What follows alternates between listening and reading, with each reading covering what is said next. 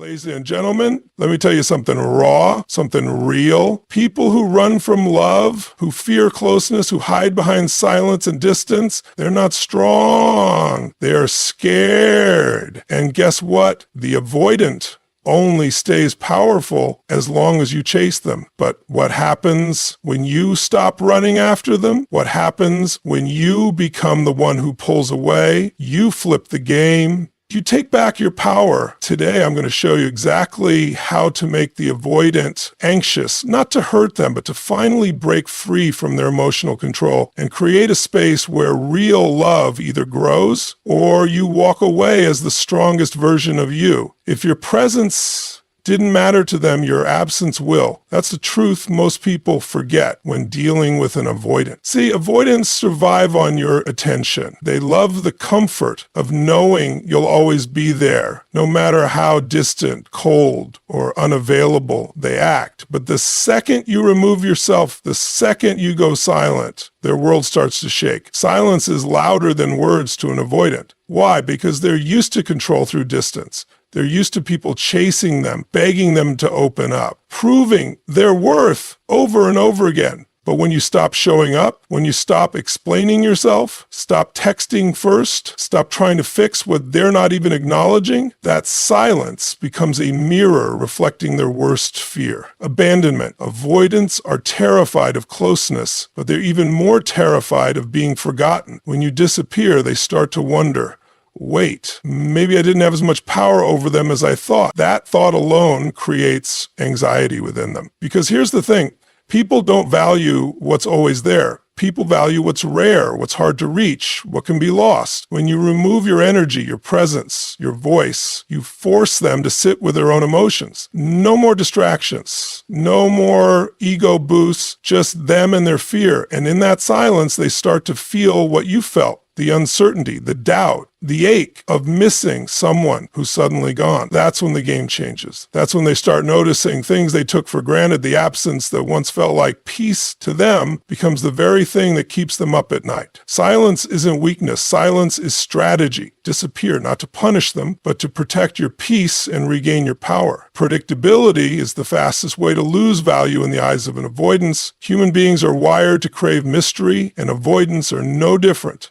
In fact, they thrive on emotional distance because it keeps them in control. They know your next move. They know you'll text good morning. They know you'll check in at night. And over time, this routine becomes boring to them, not because you're boring, but because they feel safe knowing exactly how much you'll give and when you'll give it. If you want to make an avoidant anxious, you must break that pattern. You must become unpredictable. When they expect a reply, you delay it. When they think you'll call, you don't. When they assume you're available, you're outliving your life. Suddenly, they're left wondering, what's changed? That wondering turns into thinking. That thinking turns into curiosity, and that curiosity turns into obsession. Mystery awakens desire because the unknown forces the mind to fill in the gaps, and nothing creates more anxiety in an avoidant than not knowing where they stand with you anymore. That's when their mind races with questions they've never asked before. Are they losing interest? Are they seeing someone else? Have I pushed them too far? This is where the tables turn. When you stop being so accessible, you trigger their fear of losing control, and control is everything to an avoidant. Remember, obsession isn't born from overavailability, it's born from uncertainty. So switch it up, cancel plans, be busy, take longer to respond, post a story with friends and disappear for the rest of the day. Give them space to wonder, give them space to miss you. The more unpredictable you become, the more space you create in their mind, and that space quickly fills with anxiety over losing you. Emotional detachment is the superpower most people never learn, especially when dealing with an avoidant. See, the avoidant personality feeds on your emotional reactions. Every time you get upset, every time you over-explain, every time you beg them to communicate or ask them why they're distant, you're showing them that they control how you feel. And once they know they have that power, they relax. They feel safe because they know you care more than they do. But the moment you stop reacting, that's the moment everything changes. Emotional detachment doesn't mean you stop caring. It means you stop showing it in a way that gives your power away. You start protecting your energy like it's sacred, because it is. When you detach emotionally, you shift the attention back to yourself. You stop worrying about what they're doing and start focusing on your own growth, your peace, your passion, your life. And nothing shakes an avoidant more than realizing you are no longer emotionally dependent on them. They don't expect it. They expect you to fall apart. They expect you to chase. But when you respond with calmness, with indifference, with peace, it unsettles them. They wonder, wait, why aren't they reacting? Why aren't they hurt? Did they stop caring? And that's exactly where you want them, questioning, doubting, feeling uncertain. Because emotional detachment creates curiosity. It breaks their emotional pattern. It forces them to deal with their own feelings without using your reaction as a distraction. And here's the secret. The avoidant only holds power over someone who needs constant emotional reassurance from them. The moment you no longer need that, you become unpredictable, unshakable, and unforgettable. Emotional detachment isn't about playing games. It's about mastering yourself so deeply that no one else controls your peace. Avoidants survive on emotional supply. They may act cold, distant, and detached, but deep down, they love knowing that you are always emotionally available. Every long text you send pouring your heart out, every late night call you make trying to fix things, every time you express how much you care, all of that feeds their ego. It reassures them that no matter how poorly they show up, you'll still be there, ready to give them more of your energy. But if you really want to shake an avoidant, if you truly want to create anxiety within them, you have to cut off their emotional supply. And that doesn't mean being mean or cruel. It means stepping back and protecting your emotional energy like it's gold. Stop over-explaining yourself. Stop writing novels to someone who replies with one-word answers. Stop calling someone who doesn't even bother to check in on you. This is not about punishing them. It's about honoring your own worth. When they no longer get that emotional comfort from you, they begin to notice its absence. The attention they once took for granted starts to feel rare. The comfort of knowing you're always there starts to fade. And when an avoidant feels that emptiness, that's when their anxiety starts to grow. They will begin to wonder, why aren't they trying anymore? Did they move on? Are they done with me? The avoidant hates confrontation, but silence forces them into their own thoughts, and for them, that's the most uncomfortable place to be. By cutting off their emotional supply, you are teaching them a powerful lesson. Your love is a gift, not an obligation. You will no longer pour your heart into someone who doesn't reciprocate. And the second they feel that emotional drought, that's when their fear of losing you begins to take over. Energy shift is one of the most powerful moves you can ever make when dealing with an avoidant. It's when you go from being fully invested in them to being fully invested in yourself. And let me tell you, nothing makes an avoidant more anxious than realizing they are no longer the center of your world. See, avoidants are experts at creating emotional distance. They love it when you keep trying, keep proving, keep chasing. But the moment you flip the energy, when your focus is no longer about how do I get them to love me, and instead becomes how do I love myself deeper, they feel it instantly. They might not say it, they might not show it, but trust me, they notice everything. Suddenly, you're not texting first. You're not available 24/7. You're not seeking validation from them. You're out there living your life, smiling more, doing new things, leveling up, becoming someone who looks harder and harder to reach. And that shift scares them because now you're not just the person who was once obsessed with them. You're becoming the person they could actually lose. They start wondering, who's giving them attention now? Who's making them laugh like that? Why aren't they seeking me like before? That is where their anxiety is born. Because for avoidance, control equals comfort. But when your energy shifts from needing them to fulfilling yourself, their control starts slipping. They realize they can no longer predict your moves.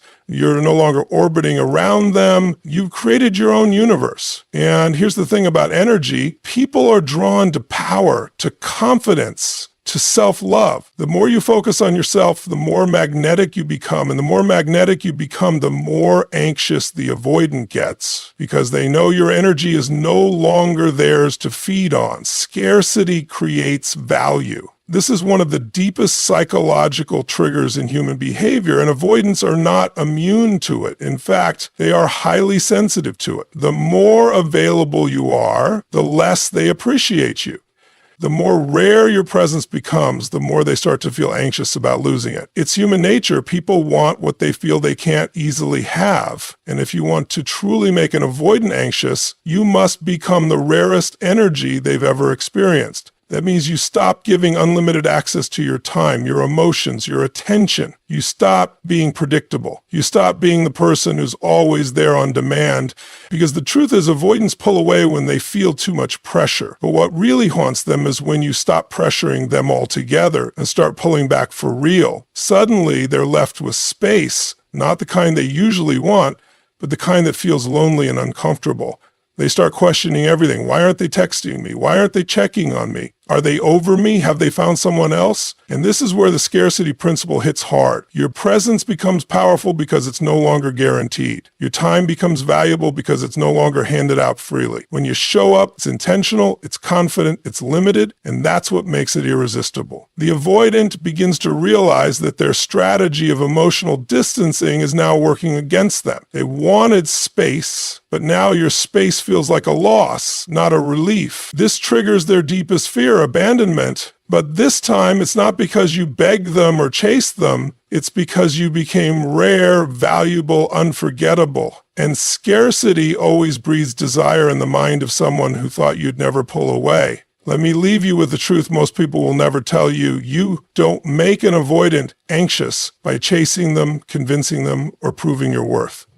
You make an avoid anxious by becoming the version of yourself that no longer needs them for your happiness. It's never about playing games or being manipulative. It's about reclaiming your emotional power. It's about standing so firmly in your self-worth that your absence feels heavier than your presence ever did. When you understand this, you stop asking, how do I get them to love me? And you start asking, how do I love myself so deeply that anyone who doesn't appreciate me feels my loss like a storm? That's when everything changes. Because the truth is, avoidants aren't scared of love. They're scared of vulnerability, responsibility, and losing control. But nothing shakes their world more than realizing they are no longer in control of yours. When you stop reacting, when you stop over-explaining, when you stop making them the center of your universe, their comfort zone cracks wide open. They start wondering what went wrong, they start questioning their own behavior, and for the first time, they are left sitting alone with their own fears, their own insecurities, their own anxiety, instead of projecting them onto you. Remember, emotional detachment is not about being cold, it's about being calm. Cutting off their emotional supply is not about revenge, it's about respect for yourself. Shifting your energy is not about hurting them, it's about healing you. And creating scarcity is not about punishment, it's about showing them that you are always a privilege, never a guarantee. When you master these things, you move from a place of emotional neediness to emotional leadership. You are no longer reacting to their distance, you are defining the relationship on your terms. And here's the final truth. The person who can walk away calmly holds all the power. The person who can say, I love you, but I love me more becomes unforgettable. That's the person an avoidant loses sleep over. That's the person who stays in their mind long after silence has fallen. That's the person who teaches them that love isn't about chasing or fixing. It's about mutual effort, respect, and presence. When you become that person, you don't just create anxiety in the avoidant, you create transformation within yourself. So I challenge you today. Stop trying to control anyone else's behavior. Stop trying to fix what's outside of you. Instead, start controlling your energy, your focus, your heart, and your life. Because when you rise into your power, when you become rare, when you become the person who could stay, but is also strong enough to walk away, you stop chasing validation and start attracting respect. And that, my friend, is how you make the avoidant anxious.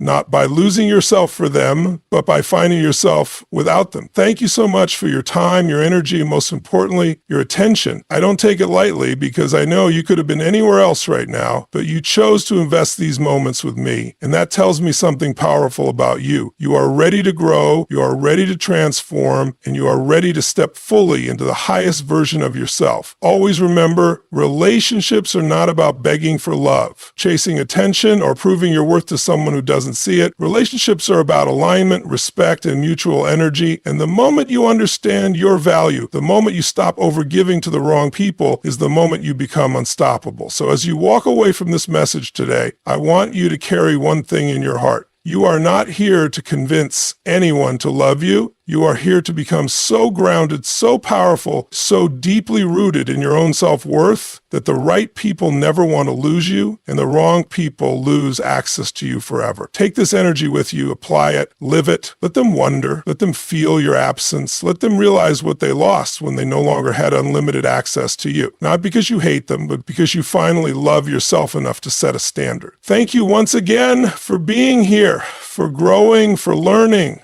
and for rising into your power. Until next time, stay bold, stay rare, stay powerful. Goodbye, take care of yourself, and never forget, you were never hard to love. They were just not ready to meet someone like you.